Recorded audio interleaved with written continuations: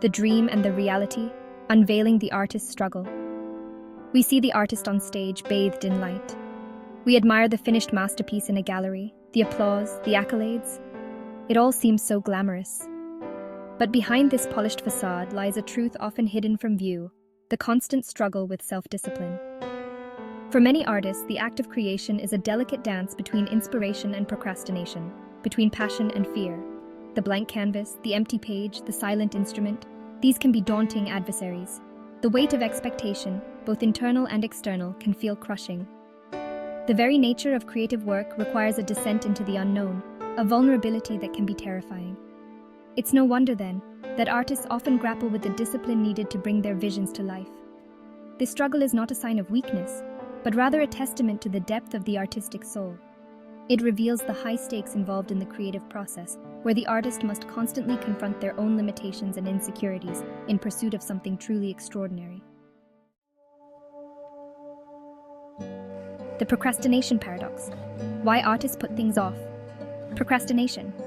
The artist's constant companion, a seductive siren luring us away from the hard work of creation. We tell ourselves we're waiting for inspiration, that the muse hasn't struck.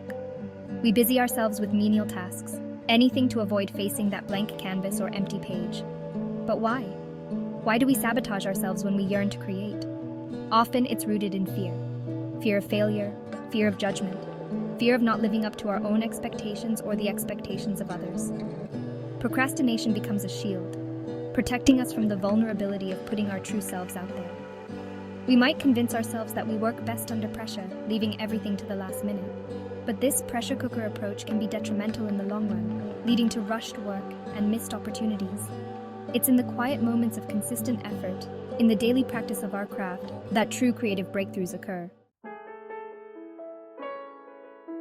Fear's Grip: How Self-Doubt Stifles Creativity. I have written 11 drafts of this book, and you can have any of them. This quote, attributed to the celebrated author Ernest Hemingway, speaks volumes about the internal battle artists face.